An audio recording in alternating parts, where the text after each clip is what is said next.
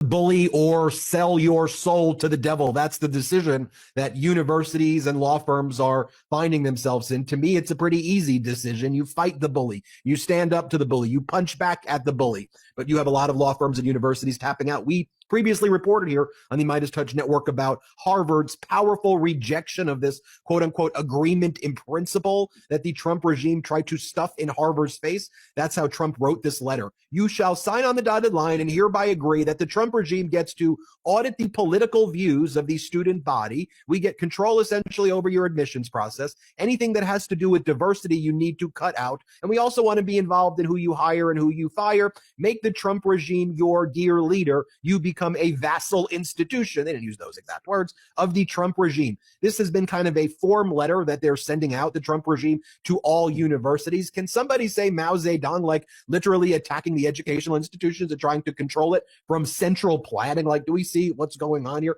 Public and private universities alike.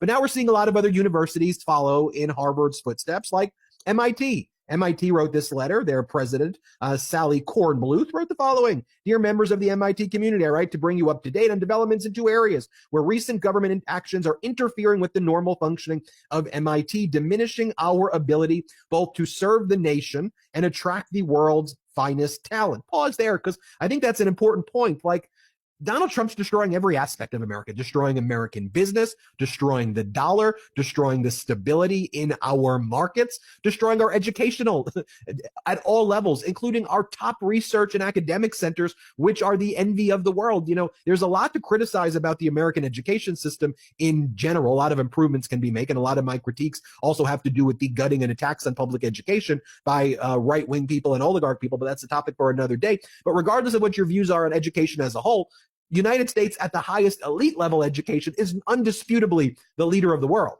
But now Trump wants to attack that as well, and that's what he's doing. So I thought that line by MIT opening up the letter with that's important. They then go on to say, filing additional lawsuits. They go on and say, as I've communicated before, we're responding to certain federal actions by going to court.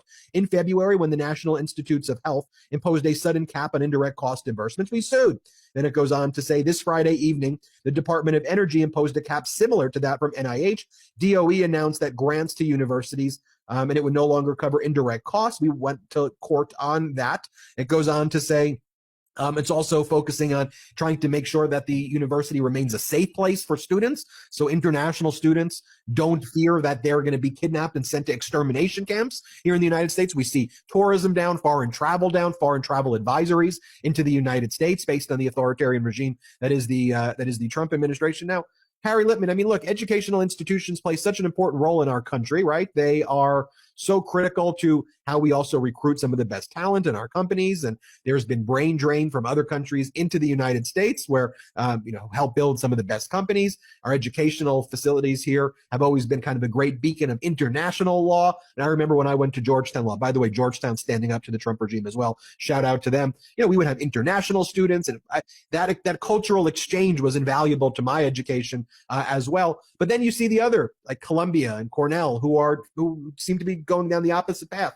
Law firms. There's, the one model, the Sussman Godfreys and the, and the other good firms. And then you've got the Skaddens and the people who are tapping out. Harry, make sense of it all.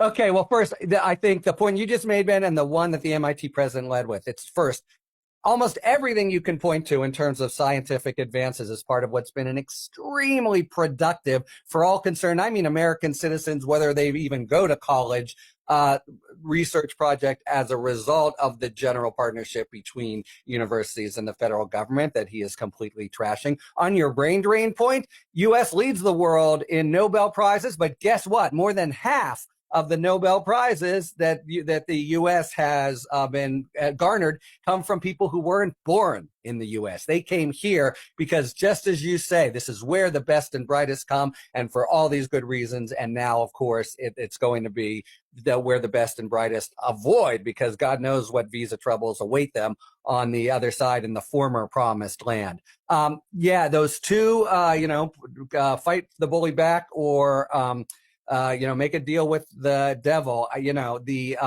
The Harvard range, it's just typical, but we saw it because the president wrote back, everything you said, here was another little detail. Every single professor must undergo a plagiarism review.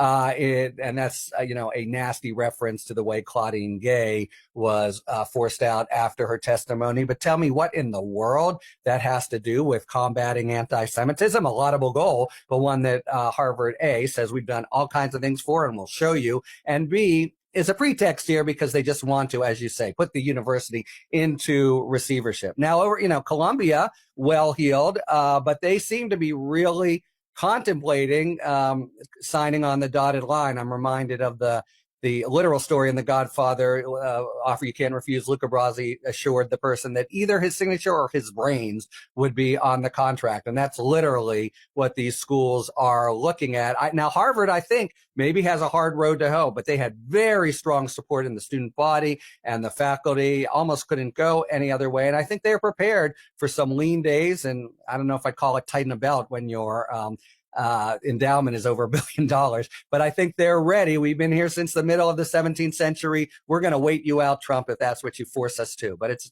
obviously a privation. But the idea of what they're trying to do to universities, leaving aside legally, let me say quickly, it's an unbelievable violation of the First Amendment, freedom of expression, academic liberty, and the like. Of course, Trump's little trick here is, and then this is what I think the Columbias of the world, like the Scaddons of the world, have figured out. Yeah, it's unconstitutional. Yeah, we can sue. Yeah, we can win. But then they're still going to find a way to sort of take it out on us. They'll still, you saw Harvard wrote the letter, and just last night they canceled, a couple $1 billion or something in grants. So to stand up to a bully is the right thing to do. It's not as if it's cost-free, but just as each capitulation makes the next one easier, each pushback, I think, makes the next one easier as well. Chris Eisgruber came out of the box really strong for Princeton. I think that's given steel to the spine of Harvard, MIT. Hopefully you'll see more. And of course, if everyone bands together, this is true in the law firm arena as well, then he really can't, he can't make it fly. But he's been able so far to kind of divide and conquer and pluck individual schools or law firms off and make it very hard for them, and people have not been able to band together. But that is what's going on. And yeah, good for Harvard for, punching a bully in the nose. You've got the Canadian Association of University Teachers, which boasts members of over 72,000, recommending in an advisory published on Tuesday that academic staff travel to the U.S. only if under the most essential of circumstances. Yeah. It's like traveling to North Korea. Right. That's how it's viewed. If you're in Europe, Australia, Canada, why would you go to a place where they can literally, without due process, send you to a concentration camp in El Salvador?